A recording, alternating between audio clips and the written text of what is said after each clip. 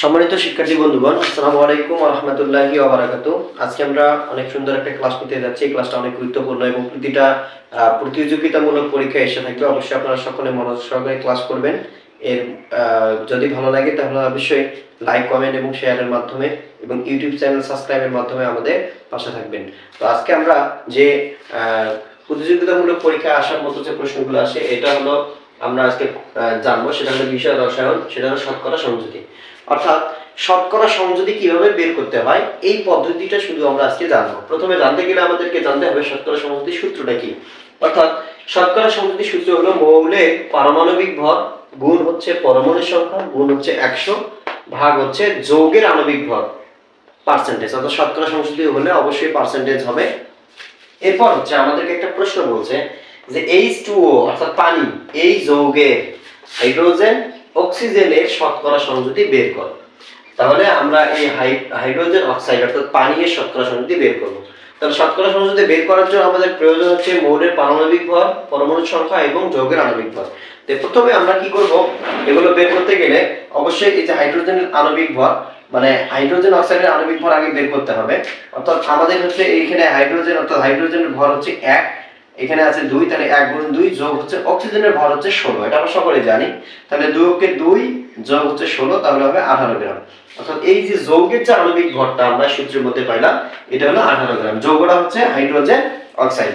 এরপর নেক্সট আমরা বের করব যে হাইড্রোজেন শতকরা সমযোজী। অর্থাৎ আলাদা আলাদা ভাবে শতকরা সমযোজী আমাদেরকে বের করতে হবে। তো হাইড্রোজেনের শতকরা সমযোজী বের করার জন্য তাহলে আমাদের প্রথমে সূত্র হচ্ছে মৌলের পারমাণবিক ভর। তো এখানে হচ্ছে 1, অর্থাৎ মৌলের পারমাণবিক ভর হচ্ছে 1।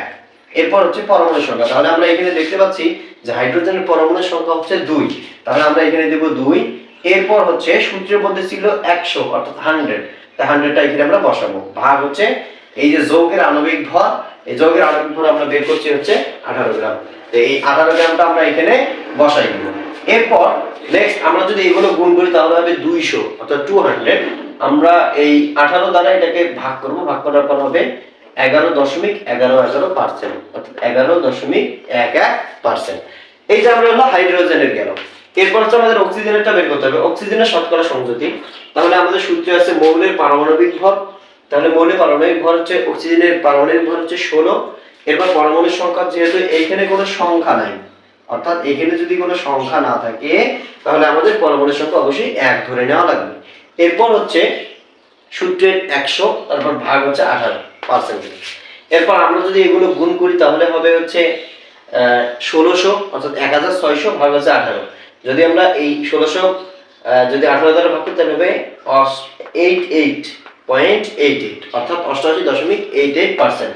তাহলে এই শতকরা সমযোজী যদি আমরা এই সূত্রটা মনে রাখতে পারি তাহলে অবশ্যই আমাদের শতকরা সমযোজী বের করার ক্ষেত্রে খুবই সহজ পদ্ধতিতে আমরা করতে পারবো। তাহলে আশা করি আপনাদের সকলে ভালো লাগছে। অবশ্যই ভালো লাগলে লাইক, কমেন্ট, শেয়ার এবং ফেসবুক পেজ ফলো করবেন এবং ইউটিউব চ্যানেল সাবস্ক্রাইব করবেন। আসসালামু আলাইকুম ওয়া রাহমাতুল্লাহি ওয়া বারাকাতুহু।